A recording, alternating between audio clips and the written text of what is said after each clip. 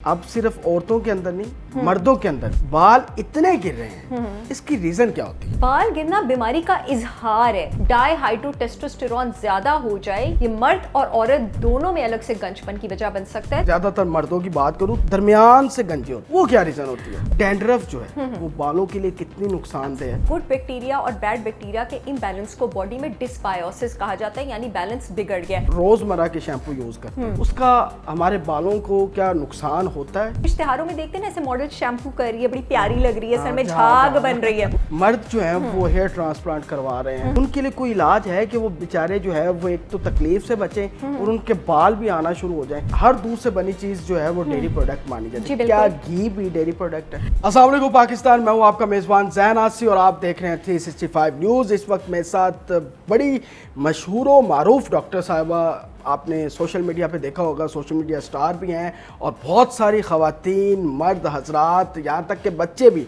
अब उनको बहुत ज़्यादा फॉलो करते हैं। उनकी डाइट प्लान हो, उनकी जिस भी तरह की आप एक्सपर्टीज़ देख लें मेडिकल में, तो वो बहुत ही ज़्यादा वायरल हो चुकी है पाकिस्तान के अंदर। मेरे साथ मौजूद है डॉक्टर साहिर चावला। डॉक्टर साहब बहुत शुक्रिया आपके कीमती वक्त का, काफ़ी देर बाद दोबारा इकट्ठे हुए हैं। डॉक्टर साहब, एक जो मसला है ना वो सबसे ज़्यादा है, वो है बालों का। एब्सोल्युटली।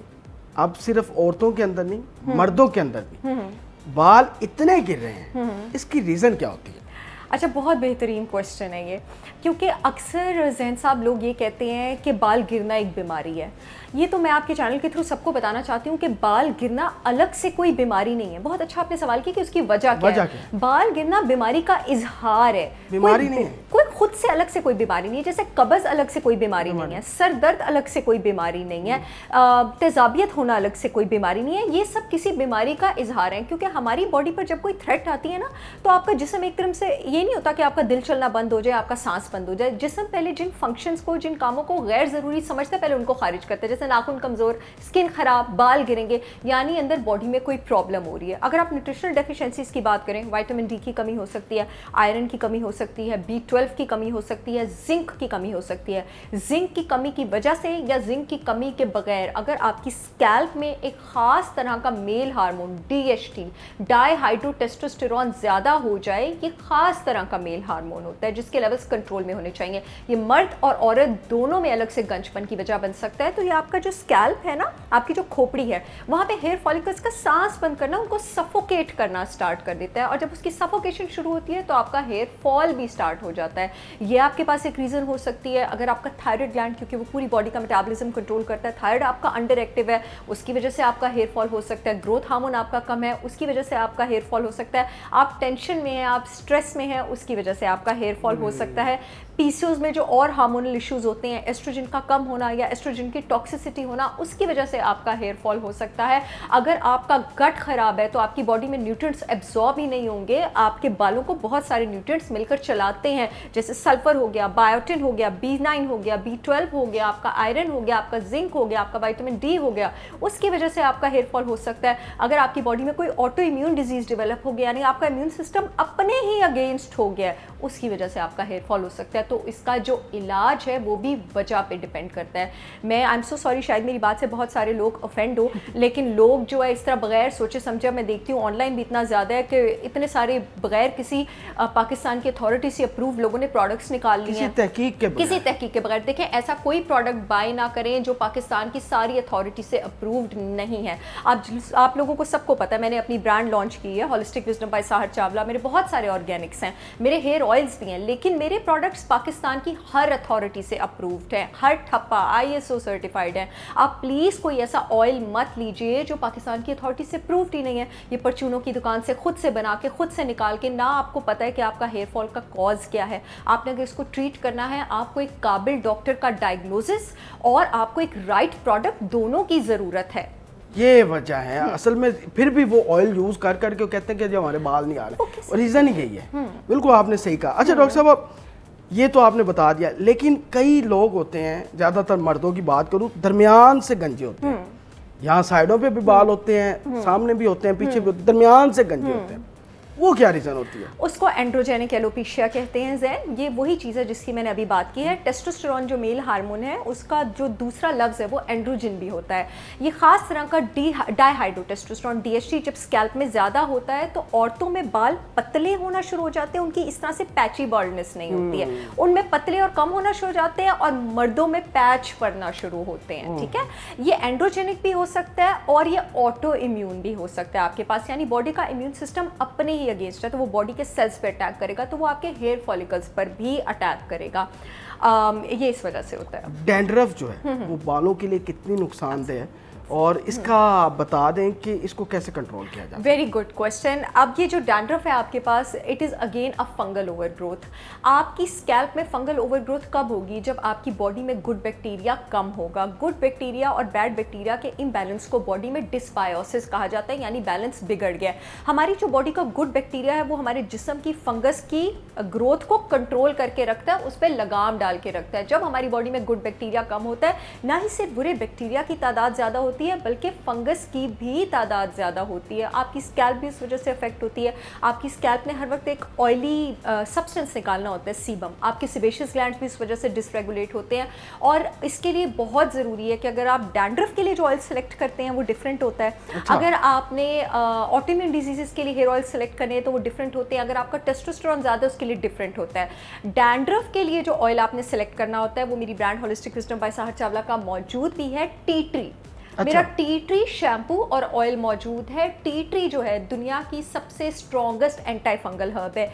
यही रीज़न है कि मेरी ब्रांड ने मैंने टी ट्री शैम्पू और ऑयल लॉन्च किया है। अगर आपका गंजपन जो है वो डैंड्रफ की वजह से है तो आप टी ट्री शैम्पू और ऑयल जो है उसको यूज़ करेंगे, ऑर्डर करेंगे www.holisticwisdombysaharchavla.com पे जाकर आप लोग ऑर्डर कर सकते हैं। मेरे प्रोडक्ट्स की शिपमेंट पूरे मुल्क में हो रही है।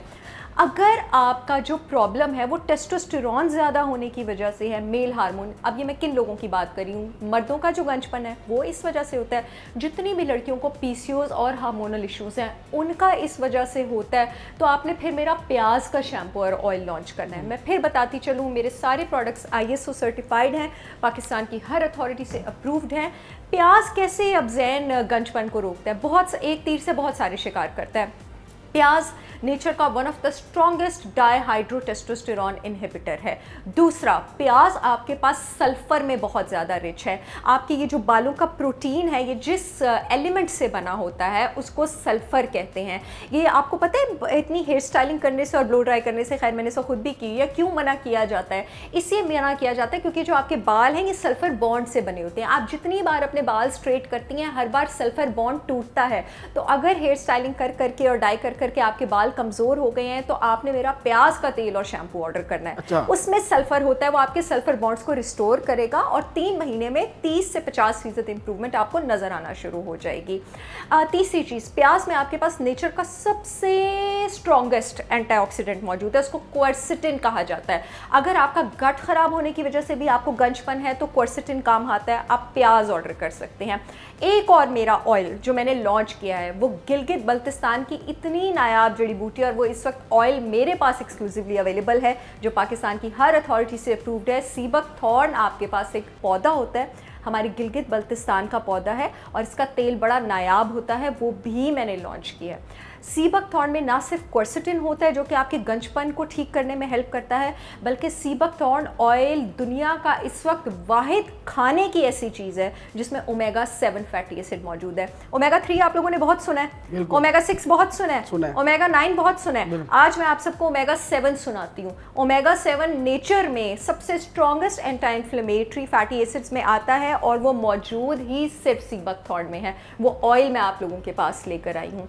अगर आपको गंजपन गट की वजह से है, ऑटोइम्यून डिजीजेस की वजह से है, टेंशन की वजह से है, स्ट्रेस की वजह से है, डाइट में अच्छी एंटी इन्फ्लेमेटरी न्यूट्रिएंट्स की कमी है, तो आप लोग मेरा सीबक थॉर्न ऑयल जो है इस्तेमाल करें।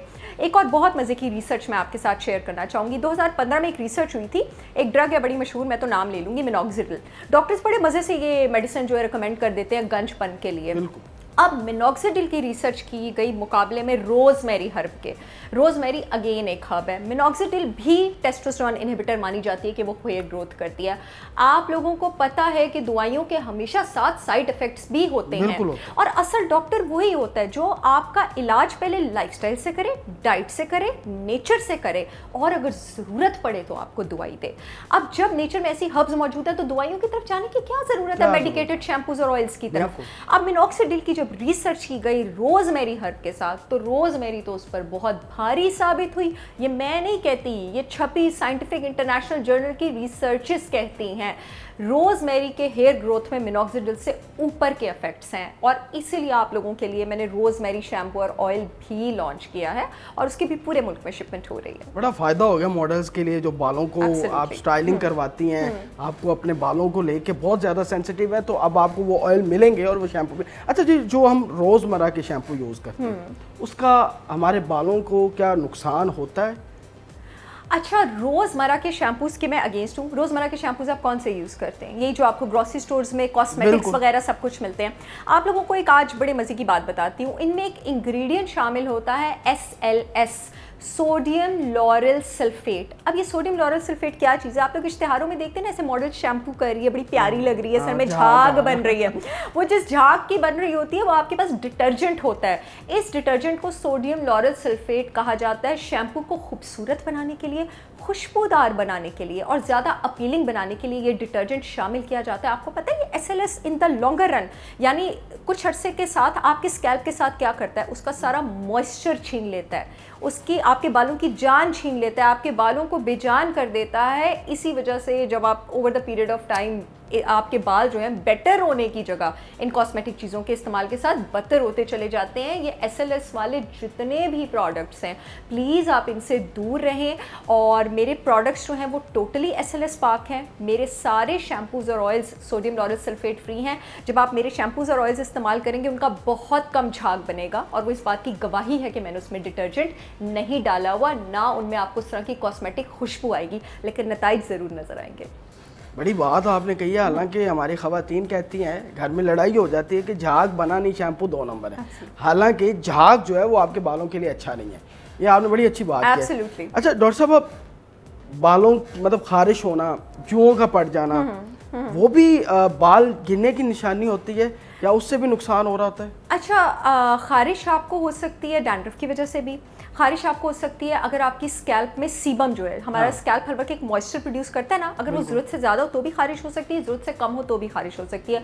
कोई गट डिजीज़ चल रहा हो और वो स्कैल्प इचिंग करे तो भी खारिश हो सकती है। जुआ का जो प्रॉब्लम है, it is more of a hygienic problem आपके पास। It is again more of a hygienic problem. Exactly. अच्छा डॉक्टर साहब, कौन सा ऑयल आपके बाल मतलब ख़वातीन स्पेशली उनके लंबे हो जाए, वो चाहती है कि हमारे बाल ऐसे? अगर आपने बाल लंबे करने हैं तो रोजमेरी होता ही हेयर ग्रोथ के लिए, लेकिन आपने मेरा रोजमेरी शैम्पू ऑयल के साथ कॉम्बिनेशन में इस्तेमाल करना है। रोजमेरी शैम्पू और ऑयल मैंने दोनों लॉन्च किए, उसकी जैन में वजह भी बता देती हूँ। रोजमेरी एक ड्राई हर्ब होती है, तो उसको हमेशा उसके ऑयल के साथ कॉम्बिनेशन में, वैसे तो हमेशा आपको वैसे भी ऑयलिंग करनी चाहिए, लेकिन स्पेसिफिकली अगर आप चाह रही हैं कि बाल लंबे हों तो आपने मेरा रोजमेरी जो है वो ऑर्डर करना है। मर्द जो हैं वो हेयर ट्रांसप्लांट करवा रहे हैं, अब वो थक चुके हैं प्रोडक्ट्स का, उनके लिए कोई इलाज है कि वो बेचारे जो है वो एक तो तकलीफ से बचें और उनके बाल भी आना शुरू हो जाएं? कोई है ऐसी प्रोडक्ट आपके पास?